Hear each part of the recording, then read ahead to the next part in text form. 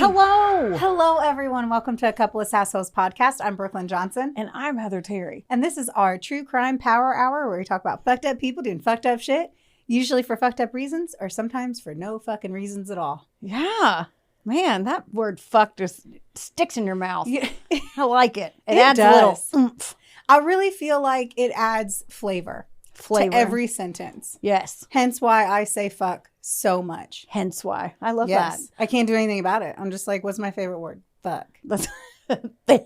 I didn't even know we cussed on the show. And you're just Yeah. like, fuck. But we should play a game if you guys want to play a drinking game. Do it every time I say fuck. Yes. For sure. So things that make me say, oh, fuck. Everything. Yes. Okay.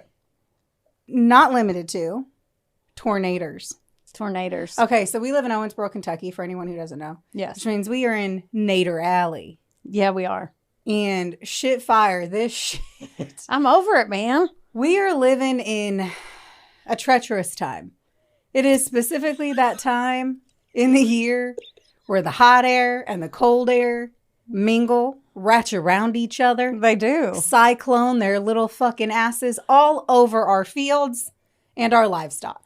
That's right. And throw hail on my new car. Yes. Yeah. Last night, we had like fucking 800 fucking thunderstorms fronts that had hit. And Right. so one thing that we were chitty-chatting about was like, everyone feels like anyone who's like relocated and they live in Tornado Alley, they're like, this happens all the time, every day. And the biggest difference is because when we were kids in the 80s or 90s or whenever the fuck you were a kid, because we don't discriminate and we are not ageists, but we didn't have the same kind of radar that we do now. So essentially before, we only were notified whenever a tornado touched down. Now we're notified because they're able to see if a cell is about to form. So like we're constantly getting these alerts because they're saying, hey, tornadoes just fucking drop down out of the sky on you. Yeah. So there's a good chance in this area it could drop out of the motherfucking sky. Yeah. I mean, I think I've said it before, but when I was playing softball, I was like 11 and it was sunny outside and they said that storms might come. And then a state trooper pulled up and like peeled out and got on his loudspeaker and was like, everyone needs to go home now. Yeah. So then the house across the street got hit. It bounced over our house and then hit the house behind us and kept going. And it's so crazy. It was awful. So yeah, last night was actually the first time where I was looking at Will and he's normally like my rock. My husband's like I'm a panicker and he's like, we're going to be fine. He was outside watching it. You know what he said? Though no one fucking knows. I know. Same thing that Travis said. Yeah. Will was outside. We're like, just because that nader didn't fall on the house don't mean we're going to be okay. I'm like, yeah, right. And then, so he's got the door open and he shuts the door. I go, what are you doing? He's such a Midwestern man. He goes, yes. This would be good for all that fertilizer I put out. I'm like, oh my God. We really needed that rain. yeah. It's good shit. Yeah. Get So the ground nice and we were wet. in the laundry room in our house and our dog was like, why are we in here? Family time. Like she just thought we were snuggling. Man, Travis, I said it to him this morning. I was like, you're either a genius and you're a meteorologist or you're going to get us fucking killed. It's here or there. I don't know. Because last night we were watching those storms and my husband, he is right. Like we had these horrible tornadoes about 2 or 3 years ago that killed people. It was devastating. It was really fucking horrible. And someone had a house that was similar to ours and they decided to get in their cellar, which we don't have a storm cellar. They had a storm cellar. And the whole house was wiped away. The entire house was wiped away. There was nothing left of the home. And so Travis is like, we're just going to die if it hits us. So we have better luck just driving away from it. I'm like, all of this in theory is a delightful treat for a good Saturday movie on TNT. Yeah. Like when we went to IMAX and saw the new Twisters. I'm like, but I would not do that. I'm like, I'm just going to die. If Travis was in my life and it was me and Theosaurus Rex, we would just be sitting in that small little room, just waiting to get sucked up into the vacuum of God. Yeah. I was. That is what we would be waiting to do. But with Travis, he's like, we're tornado hunters. And he's just like, load up in the truck. Let's go. You said that. I was like, I was a little buzzed up last night too. I'm like, well, if I'm going out, I'm going to be happy. Yeah. And Will was like, we have those Monster Energy stuff that we gave away and we still have prizes like at our event like a year ago. And he's like, he comes out of the closet and he's like, do you want to wear this? The helmet. It was a motorcycle helmet. I'm like, I don't want that to be my ghost clothes. I love Monster, but I'd prefer not to have to wear a helmet for eternity. That's valid. Just like there's that bitch again in her graphic tee and her pajama pants and her You said that shit. I was asking Trav. I was like, hey, so what do you want me to do? Because Megan is one of our friends. She also, oddly enough, like truly through randomness, ended up winning one of our social media contests. Well, her husband's in the Coast Guard and he's gone. She is has her young son at Baylor. And so she's not from around here. And we're talking to her the whole time. She's like, what am I supposed to be doing? I don't know what to do. We're like, we totally get that you are super like stressed because I fucking am too. Here's what we're going to do. You're going to go in here. And then if this happens and we're all going to fucking leave, and it's like, it's so stressful. So long story short, I was like, are we even going to record today? Because I was like, maybe we're not going to have power. Lights are flickering. I swear to God, just no sleep. You're literally just in no sleep. And you're like, all right, it's cool that I went to bed at 1 o'clock on a work night that I usually wouldn't because I thought I was going to die for 3 hours as you're just waiting on these storms. Yeah. Then Will made me, I think I annoyed Will enough to get me out of the laundry room because it's like our inner room. And I was like, I need to dust in here. Look at that. Da, da, da. And I was like, I even text Brooklyn and I said, I'm going to annoy him until he lets me out. And he didn't take very long. I think 20 minutes. And we didn't even go. I told her that we were taking cover. I texted her when I walked into the room, which our room is the size of this chair and we have 2 dogs and me and my husband. Yeah. I literally walked in there. Betty came in to like see what was going on. And then I was like, yeah, I'm just going to test my luck. Just went back into the living room and was like, I guess we're just going to see what happens. Yeah. Well. So if you don't live in Tornado Alley, bravo. Good for you. I'm sure they have some other fucking you. Earthquakes or hurricanes, wildfires. I called my parents just to check on them. And this is like true Maple fashion. I call my parents and I'm like waiting for them to be like, you know, lounging around ready to go to bed. Fucking 18 people at my parents' house. Of course. I'm like, what's going on there, Mom? And she's like, oh, all the neighbors came over. You know, we're the ones with the basement. So there's quite a few people here, about 4 dogs, 4 kids, 8 adults. I was like, what the fuck? I added probably 2 to each of the numbers that I really had to add to the story. Speaking of stories. But anyway, I have a story for you. Do you? Probably shouldn't have bantered that much because we got some stuff to talk about. Do we? Yeah. Okay. So here's my works cited. BuzzFeed, American Crime Journal. Have you ever used them? Mm-hmm. Fucking deliver. God. Deliver. They are an ice cube on a nipple. You know what I'm saying? They do great work. Yes. Then we have CNN, NBC, New York Times, or the New York Times, and then ChatGPT, and then I used a few more, and then I apparently didn't add it. So don't sue me. I wanted to come in hot and fast today. You never do that. Never. Not only did I pick something that was regional, but it's a serial killer, and it's also, get ready, a cold case that indeed got solved. Oh, lots of twists and turns. Yes. Meaty. I am ready. So back when our parents were doing the dirty and working to conceive us, a perp was attacking women along the Interstate 65 corridor in Indiana and Kentucky. The individual ended up being named the I-65 / the Days Inn Killer. Do you remember this one? Kinda. Yeah. I don't remember what happens though, so I don't remember what happened this morning, so you know that. My assumption anytime it's an interstate killer, I would have automatically thought bodies were found on the side of an interstate. But then whenever it's a / Days Inn Killer, I'm like, interstate, Days Inn hotels. That's how I put that together. Man. Genius. Connecting them dots. It's hard to be this smart. Like, I feel like the weight is really heavy sometimes, but like, I carry it well. You know? Yes. Yes, okay. You do. Now, I know y'all have seen all those serial killers from the 70s, 80s, and 90s getting caught years later because a nephew hopped on 23andMe. Mm-hmm. And as of December 2023, my data set's a little lagging, but get over it.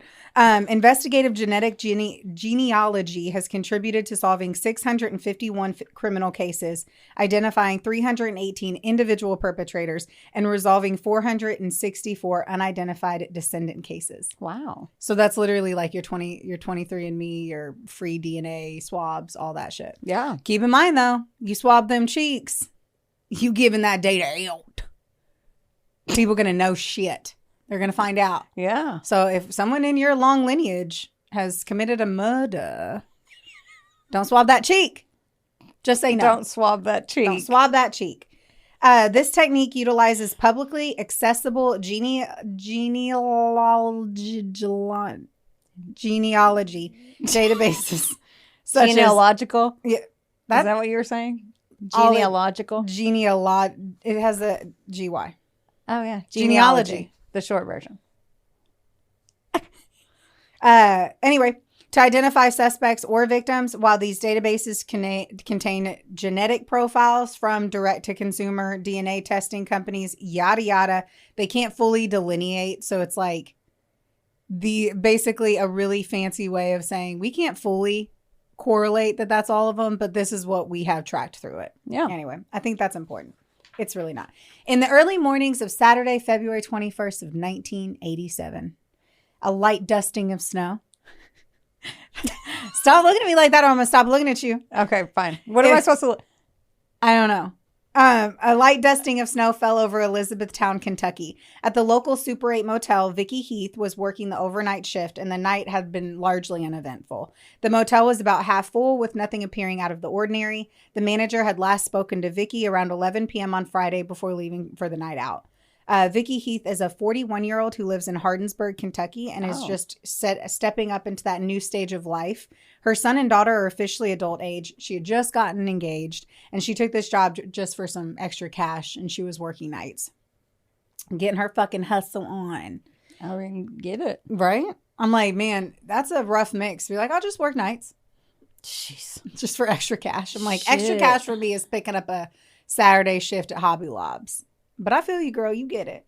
At 6:38, the Elizabethtown Police Department received a distressing call from a guest at the Super 8 Motel on 2028 North Mulberry Street.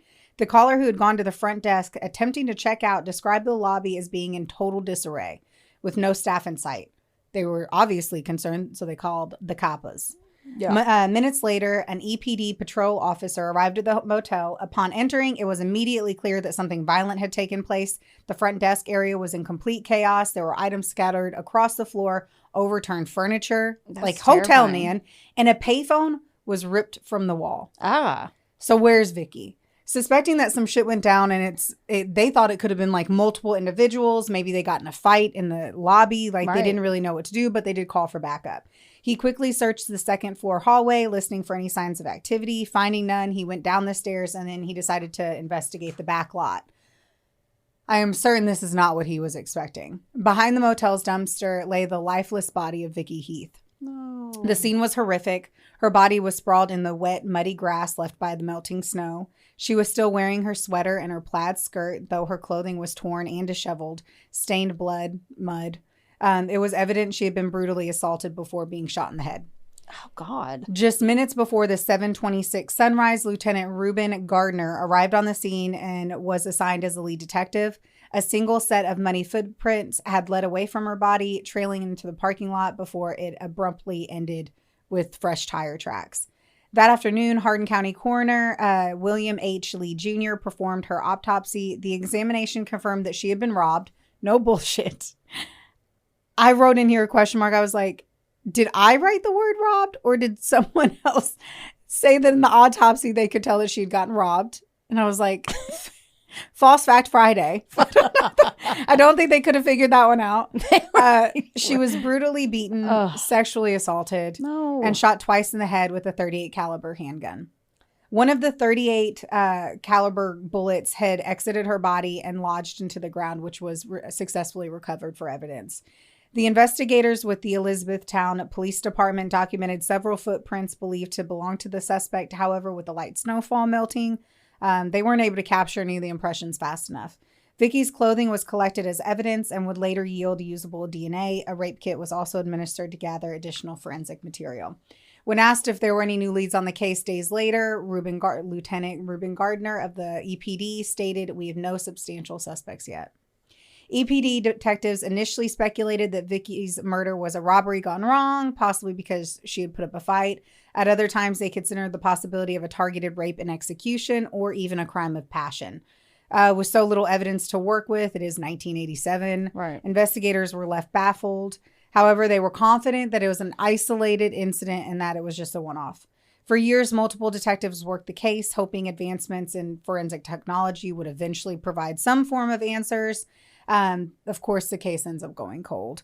The EPD detective Clinton Turner, he submitted the limited DNA evidence they had in the Kentucky case lab for analysis. I say that statement. I believe that that happened quite a few years later, Yeah. whenever they kept kind of coming through and trying to figure it out. Fast forward 2 years to March 9th. Not March 9th.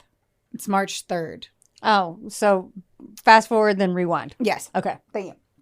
To 1989. Okay. That is where that 9 came in Merrillville, Indiana. So Margaret Mary Gill is a 24-year-old student at Sawyer Business College. She's working the overnight shift as a night auditor at the local Days Inn for a year and a half to help pay for school. Known as Peggy. Love that name. That's cute. To friends and family, she was the youngest of 4 children, and she was described as very soft-spoken, quiet, and shy. She grew up in Ross Township near Merrillville. She was single, and she still lived with her parents, Anna and Terry Gill, who, while she was finishing her education. In her free time, this girl, she got her little bake on. Yeah? She did a lot of baking contests. Aw. According to the general manager of the Merrillville Days Inn, Betty Pierce, she was reserved and smart, soft-spoken. She was kind of shy and timid. She explained that she preferred to work the 11 to 7 a.m. shift because it was just quieter. Yeah. Hectic. When I worked at a hotel, I was thinking that the whole time, but I was also thinking about when I would work late, and sometimes I'd be up there at the desk by myself, and literally, it's not like you're going to lock the doors. So, Oh, yeah. especially back in the 80s, you didn't even lock your fucking house. Right. So, like, working at a hotel, I remember that there's a couple times when people would walk in the front, and I'm like, I need to remember where the panic button is. But again, 80s, Right. there was no internal panic, let alone a button for it. Right. So, On the evening of Thursday, March 9th, 1989, Peggy spent hours talking to her friend, her father, Terry. His birthday was actually the next day, and she was super sweet, and she was finalizing all of his plans for his party. He was going to be 51 years old. She had baked his favorite cake and was excitedly telling him about the gifts that she had planned to give him and everything. After giving him a hug, she wished him a happy birthday, old man, before heading out the door. Sadly, that was the last time that he got to see his daughter alive. And that makes me so sad. I'm grateful that he had such a good memory. But, like, that's his birthday yeah, so is when all of this happens, too. So it's fucking the worst. Yeah. At 1:30 p.m., Peggy had checked, 1:30 a.m., Peggy had checked in her last guest. And at about 2 a.m., a college student came in to get a room, and there wasn't an attendant there. So they just left. By 5 a.m., Peggy hadn't called her boss like she normally would. Also, apparently, it was very customary for the night auditor to call her. So it's not like, I'm a fucking micromanager. Oh, That was yeah. literally the thing. She called every morning to give a pass on report. Yeah. This will happen. Maryville Police Department dispatched a couple units to the Maryville Days Inn. Shortly after 6 a.m., the first officer arrived in the parking lot. There had already been a couple of customers outside getting ready to resume their travel and stated that no one was at the front desk. The officer entered the lobby to make contact with Peggy, and of course she wasn't there. But the police then called Peggy's parents, Anna and Terry. The green Plymouth Velar that she drove was in the parking lot. Initially, police felt like maybe this was a targeted abduction. They told her mom to stay at the house and be ready to answer the phone. And then her dad had come to the hotel. As the other officers began to arrive, they decided to hold off on containing the scene. And I don't blame them because the lobby had no signs of a struggle. So, I mean, and Peggy's purse and her keys were left behind the front desk. Oh. So it kind of, to anyone else, it's going to look like she just walked off. Like maybe she was dealing with something at a different part of the hotel. Yeah. Maybe she had to run out for something. It's not like they had a cell phone and she could have shot a text to anyone. Right. Like at this point, it's not like the other one where the whole lobby was fucking banged up. It just looks like someone's missing. And because of that, the police weren't worried. One of them was quoted saying, "I waited for the manager to arrive, pretty confident she'd be somewhere on the premise, with people outside and nothing out of the ordinary. A large hotel, she may have had to attend to something, and it wouldn't be the first time an employee crashed in a room either." So they weren't too concerned. Doesn't sound like it. The Betty Pierce, who was that GM, arrived at the hotel at 6:30, and the police began a search of the hotel. The cash drawer had been pried open, and money was missing. And I was like, okay, if nothing looked like it had happened, how long did it take them to figure out that part? Because they were waiting, kind of, Yeah. So they probably didn't go in the back. They were waiting for the GM to come. The GM came, and then they went into the back. Oh, yeah, that's probably right. I meant to say this because I guess I cut it for length, but that payphone, like I'd mentioned that the payphone was ripped out. Mm-hmm. It was so violently ripped out. It was like ripped out of the wall. And so that's kind of what happened here with the phone, with the yeah. Like box. they're saying violently ripped the fuck out of walls. Jesus. Yeah. The Maryville police officers began to search the hotel. Once on the second floor, the officers finally entered the vacant wing at the very end of the hall next to the fire exit, the farthest point from the main office. The 5'6" nude body of the 24-year-old Mary Margaret Peggy Gill was found. She had been raped and shot twice behind her left ear with a .22 pistol. She had a fresh cut to her left shoulder. Her Days Inn uniform was folded and neatly stacked next to her body. So one of the things that I had read from that American Crime Journal was because this woman was so like quiet and timid and shy, they were like, they hate to think that this is what happened, but they think that they made her get naked and she had to take off her own clothes. And because the way she was, she would have folded them up and put them on the ground. So that's what they believe. Like, not at all that it was, he took, like, there was any form of respect that he had done. Yeah. They believe that she took her clothes off and, like, just folded them and put them on the ground. Oh, God. Yeah. Well, he had a gun, so I mean. Yeah. Ugh. So they were talking about that cash drawer, and that cash drawer was made of industrial grade steel, and it was securely fastened to the desk. The force to pry it open was so extreme that it nearly tore the entire drawer from its enclosure, leaving the lock mechanism still attached to the latch. Jeez. The audit confirmed afterwards that $179 was taken.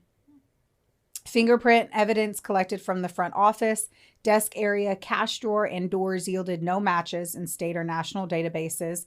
They combed through employee records and guest lists from previous months, searching for leads.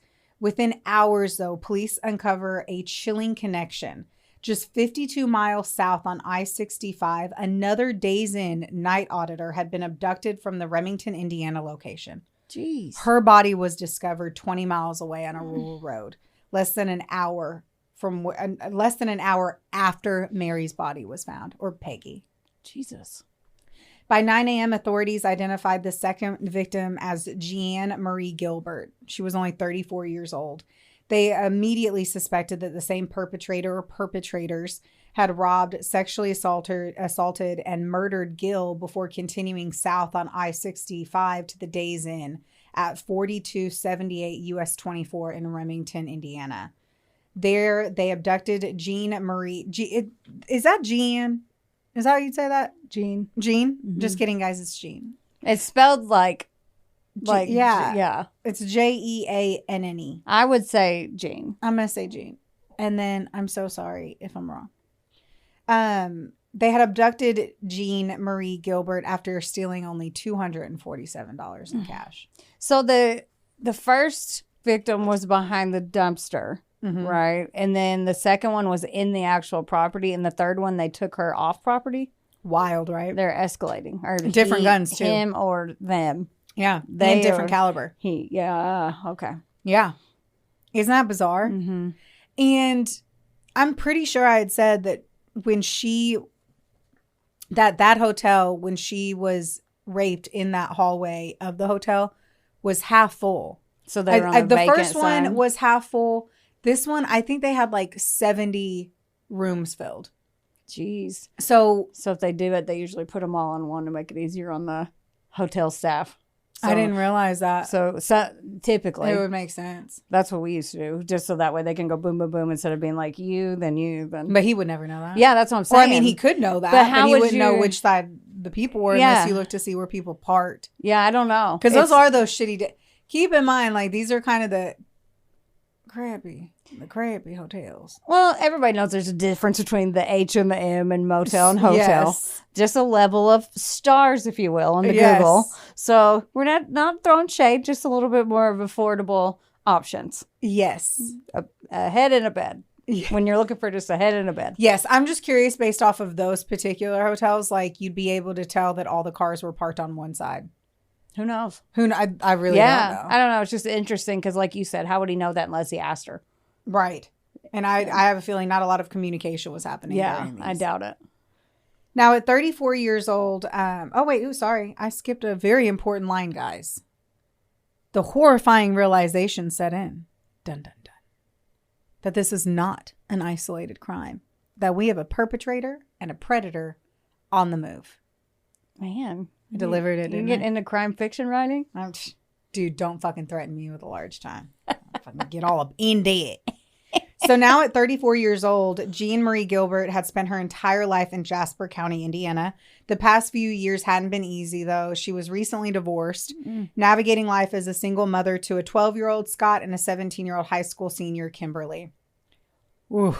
So all three of them were trying to get... They all had completely different life stages. They are working but hard. Yes. Like all. Specifically, this one, because despite all the shit she was going through, she remained deeply rooted in family, and she had no intention of leaving Rensselaer. Someone's going to bitch at me for that, but how the fuck you say that? You keep asking me to read stuff, and I didn't put my contacts in today. You didn't put in your contacts? FY, Heather never fucking puts in her contacts or brings her glasses. So it's not my turn. All she does is bitch about not being able to see. I'm not bitching. You're just like, what's this say? Yeah. I'm like, I don't know. I can see the art. If I squint, I can do it. Just give it to me. No. It looks like you sneezed when you were typing. Okay. Rensselaer is what I'm going to say it. I'm going to say it. The small town 12 miles north of Remington, where she and her children lived close to her parents, Andy and Patricia Mitchell. So even in 1989, as we all fucking know, supporting a family often required two incomes, and Jean was determined to do more than just get by. So for the past 5 years, she had built a stable career as a bookkeeper at Cardo Oil Supply, but she wanted more, not just for herself, but obviously for her children. Yeah. Fresh from that shitty-ass divorce, she was in her strong, independent era, and she didn't need no man. You're right. Doesn't sound like it. Right? She focused on building a better future for Scott and Kimberly, and she just wanted to make sure they had all the opportunities that she didn't have. Oh, yeah. Those little fuckers I hear are expensive. Rumor has it. Word on the street is that kids cost money. You ain't lying. Wonderboy Media is not only the proud producer of this glorious magic imploring your ear holes right now, but they're also a big deal. Get in touch with them today to make all of your dreams a freaking reality. From using their banging ass podcast studio, where we are right now, to creating amazing videos and editing our content like the mystical mavericks they are. Your podcast can go further when you have a Wonder Boy. Hit up Drew today at WBOYmedia.com. Or text him day or night at 270. Just kidding. Now, like Peggy Gill, Jean was investing in her education, too. She was studying business at St. Joseph's College, a journey that became even more special when her daughter, Kim, enrolled and was taking a few classes with her. Oh, yeah, they were just at a fucking special place. That's like a She was going through a shitty divorce, and that totally sucks. So, you know, she's like healing and hurting, but she was a strong mom. And she was like really focused on like handling it. Yeah. And handling it on her own and all that. Yeah. You know? So she was something to be impressed by. Sounds like it. She was known for her bubbly, outgoing personality. She was a striking blonde, and she was full of laughter and energy. Someone who would really brighten any room. Aww. Had to do the room brighten line. Because it sounded like this bitch fucking brightened them rooms. It sounds like it. Get them sunglasses on, girl. Though some described her as a little different in the best way, her warmth and friendliness made her well-liked in the community. At 5:30 in the morning, Jean Gilbert made a courtesy wake-up call to a guest, and it was a normal call through what the guest said. Someone else was really annoyed by this because they were like, how are you going to tell me that she sounded normal? And the guest was like, I mean, I've never talked to her, but it was like a normal experience. I mean, if I'm getting a, hello, Mrs. Johnson, it's 5:30 a.m. It's time for you to wake up. Thank you. You should do voiceover work. Bye. That was and good. Then just get off the phone.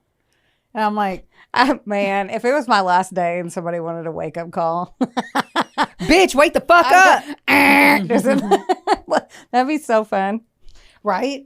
But anyway, so who knows if that person knew she was under duress. So that's 5:30 in the morning. Interesting timelines here too. Yeah. Some people just want to left that one place and then went to the other one. Some people just want to put their 2 cents in. Like she's like, oh my God, she sounded so normal. It's like, you didn't know that. There's no doubt you knew that. Now, the exact details of how the attack began remain unknown, obviously. But in 2001, Detective Sergeant Herb Clear of the Indiana State Police reaffirmed a theory first proposed in 1990. So I'm just going to toss 2 theories out. All right. Jean was likely in the side office reading or doing homework when the suspect entered the lobby. She either stepped out to assist him or was blindsided by a blitz attack. The attacker subdued her, pried open that cash register, stole the $247, and locked the door. When he then forced her, because this one was a confusing one because they took her, stole the $200 and then locked the lobby door. He then forced her out through the side office's steel exterior door, leading her to his vehicle. They drove south on I-65, eventually taking exit 188 onto Indiana 18 toward Brookston, the first exit without hotels, gas stations, or food establishments. So he took her to a fucking super remote location. No. Now, they were taking this seriously because the task force composed of Maryville Police Department, Jasper County Sheriff's Office, Lake County Sheriff's Office, Indiana State Police, and the FBI strongly believed that Jean's sexual assault and murder did not occur at the motel. Pretty passionate about that. Yeah. Now, another sheriff gave a different concept, Stephen Reams. He thought, here's a different theory. Here's what it could be. He suggested there were two attackers and that Jean may have been abducted closer to like 6:30 in the morning. So just after sunrise, a farmer in the area heard 2 gunshots in quick succession. This all happens real fucking quick.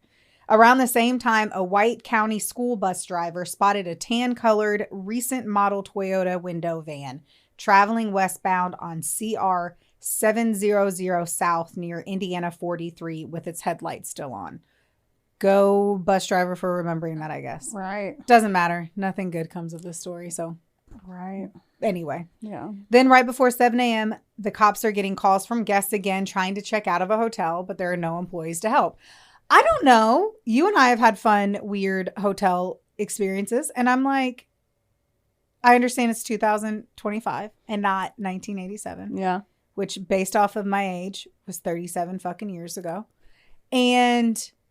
well, that was 1987 was the first one. This was the 1990.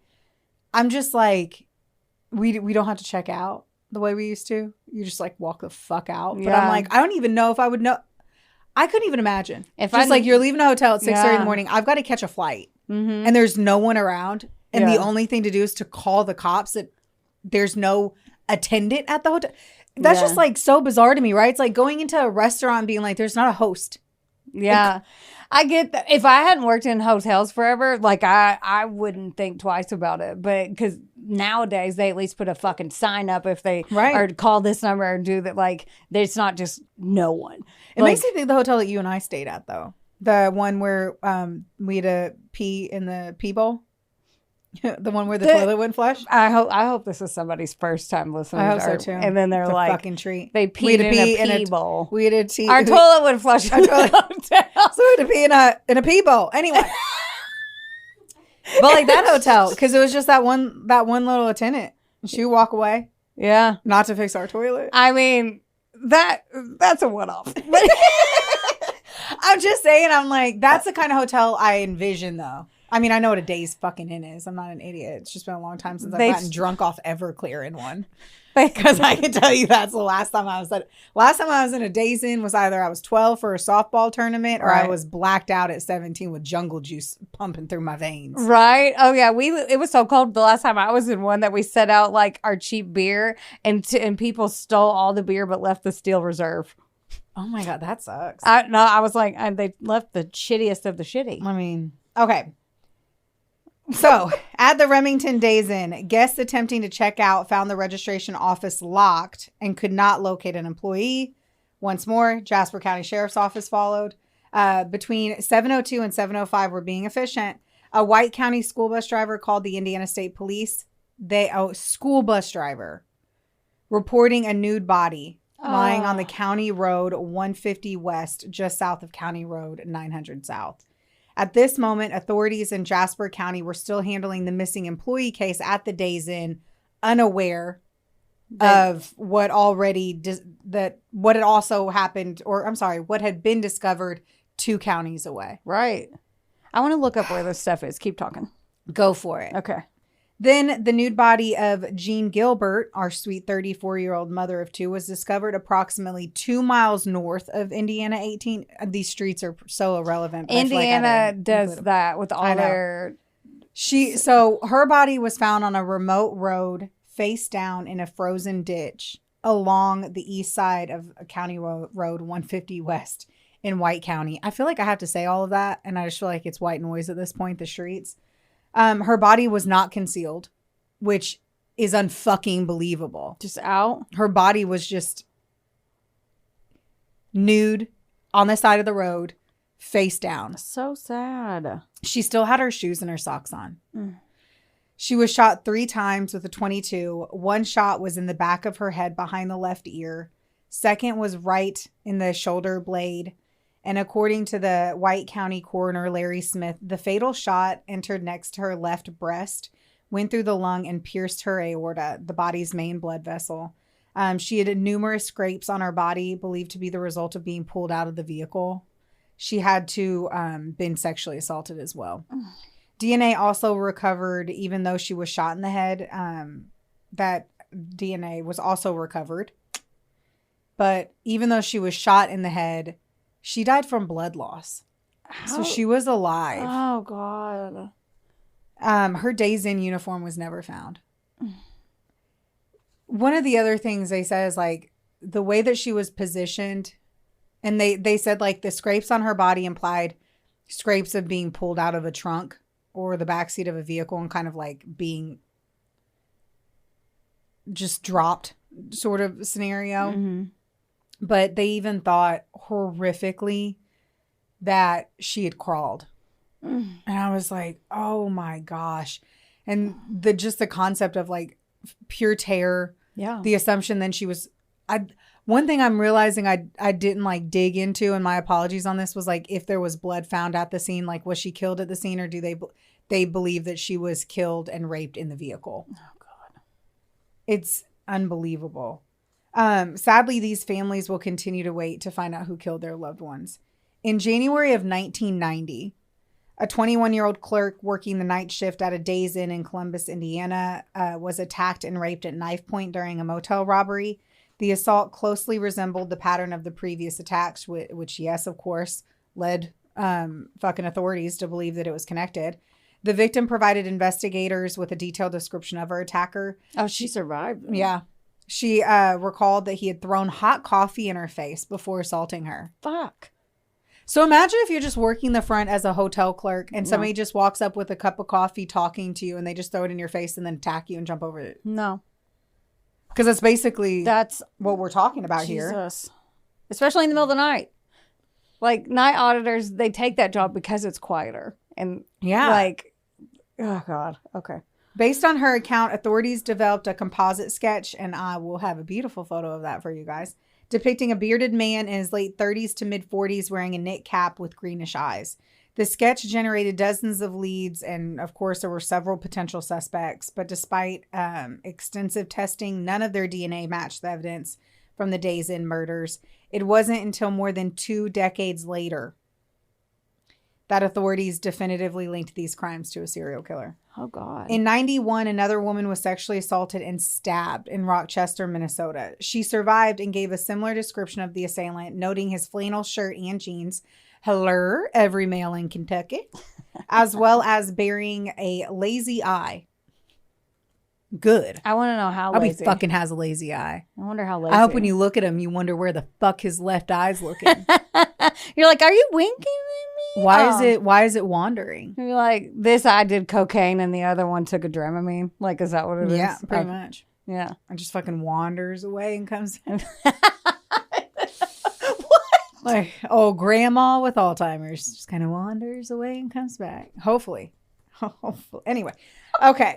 The case was... Oh my God, we're going to burst into flames. I know. Mind me, Mom. I know. A joke's a joke. I know. It was all good fun. Yes. Yes. This case was officially linked to others via DNA analysis in 2013 and is the only known attack that occurred along Interstate 90. Still going. Yeah. Even with the quick hits between the last two murders, these cases were considered cold until 2008 when DNA started to catch up evidence that was submitted and moves were being made. It took 2 years from then for the Kentucky State Police to announce that DNA evidence linked the 3 murders and they were officially dealing with a serial killer. So it was like fucking 30 years later before they even were like, we have a serial killer, bitch. Yeah, I mean, they kind of did. I'm happy they did it. I mean, at the end of the day, we all got to realize that they could just let it go. Like, police could let it go. They could be like, you know what? We're never going to find out. It is what it is. Mm-hmm. But they didn't. They submitted everything once the DNA. And then on top of all their other workload, now they got to add in all these cold cases with no urgency in them. Especially because, evidence can get lost, damaged over all those years. Like, I can't even, I mean, hell, you lose your wallet like twice a week. You are think about trying to keep up with something for that long. I mean, imagine all the drugs you get. Like, that's a very, very... very busy little evidence room space. That's where I was going leading you there. God, pull me there. I got faster next time. Yeah, but like between all the cocaine and weed, I'm sure that paperwork be getting lost. All the cocaine and weed. DNA also linked the same culprit to at least 4 cases in several states where female motel clerks working along I-65 were sexually assaulted and robbed. I also read that at that time, though, lower end motel chains were being robbed left and right. So I'm going to guess this is when the bulletproof glass was erected to prevent it. One of those hotels had already been robbed before, and this could be false news. I couldn't remember because I didn't write it in my notes, but I'm just letting you know this could be a lie. She's like, I could be lying, but I'm telling you anyway. Hey, you know what? Disclaimer. I'm telling you, it doesn't matter. You can take it. Lie to me, Becky. Go ahead. Lay it on me. Okay. I do know that one of the hotels that we talked about had been robbed before in the past, but I feel like it had been robbed a lot. Like one of these hotels had been robbed like 3 times. They walk in and it's like, Charles, you just stole money from me last week. God damn it. Here, take this. But it had been like years or something. Yeah. So I'm just also saying, like, there were more robberies, like low-end motels were getting robbed a ton in the 80s and 90s. Got it. And that was just a kind of a thing. So that wasn't like, these weren't standout because shit was happening all over the place. Right, so because it would be more harder frequent. To link. Okay. Yeah. Okay. I'm picking it what's on there. Well, I'm glad it is. So the attacks occurring between January and March led police to think, oh, this had to be a serial killer. No, a seasonal worker. Elizabeth... Do you want to... Let's take a break. I'm kidding. Elizabethtown police suspected the killer to be a truck driver because, mobile on interstates. In the 70s, 80s, and 90s, it was the occupation for all killers. If you were a murderer and you wanted to dabble in the fine arts of murder... Well, they're always moving. You got to apply... You got to get that CDL. Get your little CDL. I like it. What? Get that little Gotta CDL. get that CDL. Go for it. Is that how they drive? I was taking the test. Oh, you were taking. I was never it's driving. A driving test. Yes, to get your CDL. Anyway, so they thought originally that it was a truck driver, or they thought maybe he was a traveling salesman. Always tickles my fancy, the traveling salesman. Man, what would it be like to be like, I'm going to go to this city and sell some shit, then I'm going to go to that city? You have to imagine what it must have been like to be a salesperson where you couldn't buy anything unless I showed up to your office and was like, here's an office catalog. Do you want to buy anything? I'll drop it back off. Yes, I would. Right? Or the people like the door-to-door vacuum people. All of them. Let me throw this dirt on your roof. Let me come into your home. And let me carry a motherfucking 80-pound Oric. And fucking vacuum your shit up in your house. You actually like to clean. You don't like to talk to people, but I'm so nosy. I'd be like, I have to pee in every one of them and go through their medicine cabinet. I would do it. I don't know why I have such... You get so mad at me when I say I'm nosy. No, I get... Okay, number one, because she says she's nosy 6 times a day. Well, because I'm with her 24/7. Right. I don't get mad. I'm just like, you get sassy. I heard that 4 times. Yes. I just heard that 16 times today already. Yep. 8,245 times in my lifetime. Yeah, it's never enough. But the fact that like medication is so private, you can like, it's like a felony or a misdemeanor to do it. And to go through like that, I don't know. That kills me. I kind of make a joke about it. I'm like, oh, well, this is you perfume. You say it so but I much, make a joke. And you always say the pills. And I'm like, I didn't say pills today. You did. The medicine cabinet is where pills are, honey. I don't keep my pills in there. You don't have a medicine cabinet. I'm just stirring the pot at this You point. are. It's really fun. I haven't gotten to talk You in like are. 20 minutes. I've got something to say. I know. I'm sorry. I had so much today, man. So much. Sorry. I know. Serial killers. You There's so done much work. licked your I fingerprint told off. Heather last night before the Nader warnings came through. I was like, I'm at page 13 and I haven't even gotten to the killer. I was like, do you want to do this by yourself? Because She goes, do you want to do 2 stories? I was like, no, we're going in hard and fast. It is what it is, guys. We're here to fucking entertain. call Pause this us. Come back to us later. that's right. Long story long. Yeah, literally. Okay. I do want to let you know there's a million things here. There are so many fucking things here. Not only did I cut things out, not only did I leave out details, but guess what? This is an insanely long story. And like for the amount of time that we want our episodes to be over and for the fucking 8 million different storylines, this is Brooklyn Johnson's interpretation of the I-65 killer. Yeah, I think you're doing So a great I've cut job. out things. So anyone that watches anything, reads anything, masturbates to anything that involves this content, just know that you shouldn't that there's a masturbate lot- to serial killer material. Just know that. Because, whoa. hey, we don't kink shame. Oh, They could be masturbating to let's see this hole you're going to dig anything yourself other out than of. what we were saying. Who knows? It could be microphones. They just like microphones. You don't know what people are jerking off for. But anyway, real quick, because I do have to finish the story. I just want to let you know, like, this at some point in the parts that I'm about to get to, I'm basically cliffs noting it because it got too long and hard. We had to call it quits. Too long and hard. Mm-hmm. Okay. I'm just going to blow Your the load. cover. Oh, I'm just going to blow my load right here. I'm going to blow the cover off this popsicle stand is what I was going to say. the cover off. The cover right off. In April of 2010, a breakthrough occurred when a DNA match was found in the CODIS, Combined DNA Index System. The sample matched the unknown suspect linked to the I-65 killer, the perpetrator behind the March 3rd, 1989 sexual assaults and murders of the Days Inn clerks Peggy Gill and Jean Gilbert, as well as the 1990 rape and stabbing of another Days Inn clerk in Columbus, Indiana, who survived her attack. In 2013, I'd mentioned this one too. There was, or I didn't mention it, but there was another CODIS hit that connected the same suspect to a 1991 case as well in the Rochester, Minnesota. So did I do that right? Yes. So in 2010, they linked those. And then in 2013, it brought in the last kind of leg of it.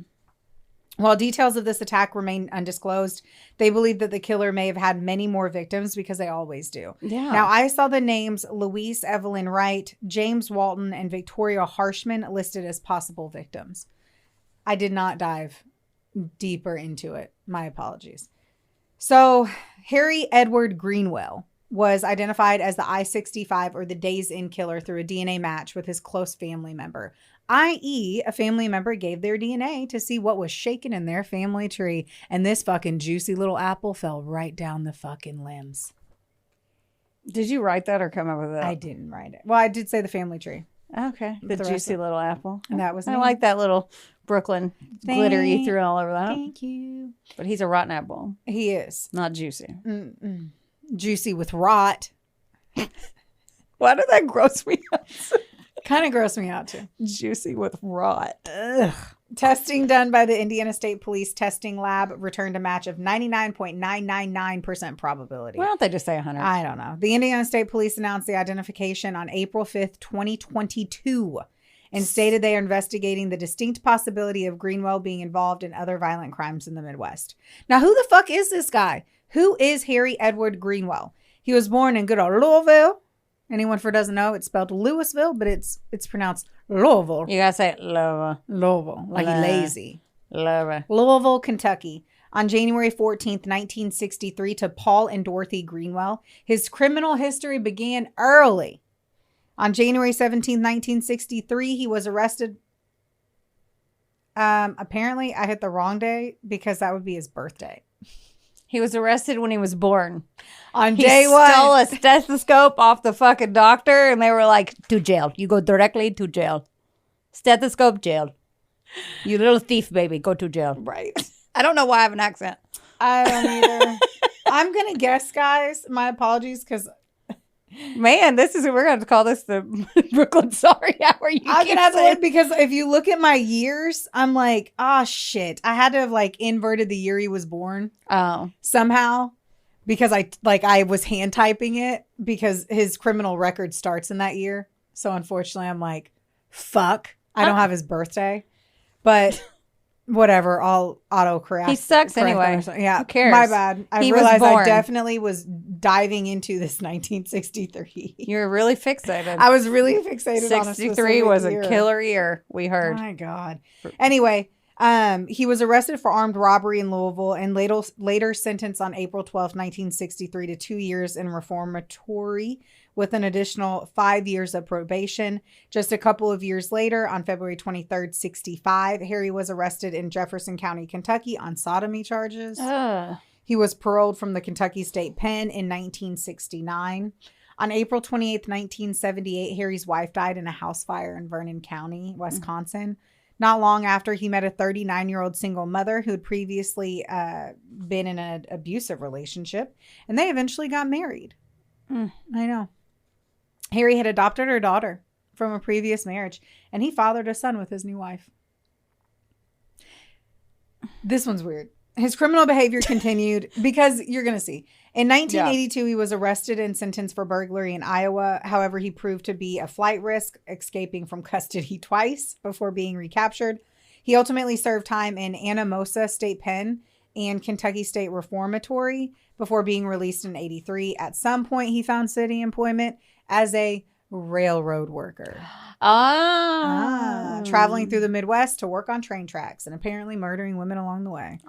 He was arrested again in 89 for a traffic violation and a domestic incident in La Crosse, Wisconsin. A month later, he was arrested for violating a restraining order and was arrested and sentenced to 15 months probation in April of 1989.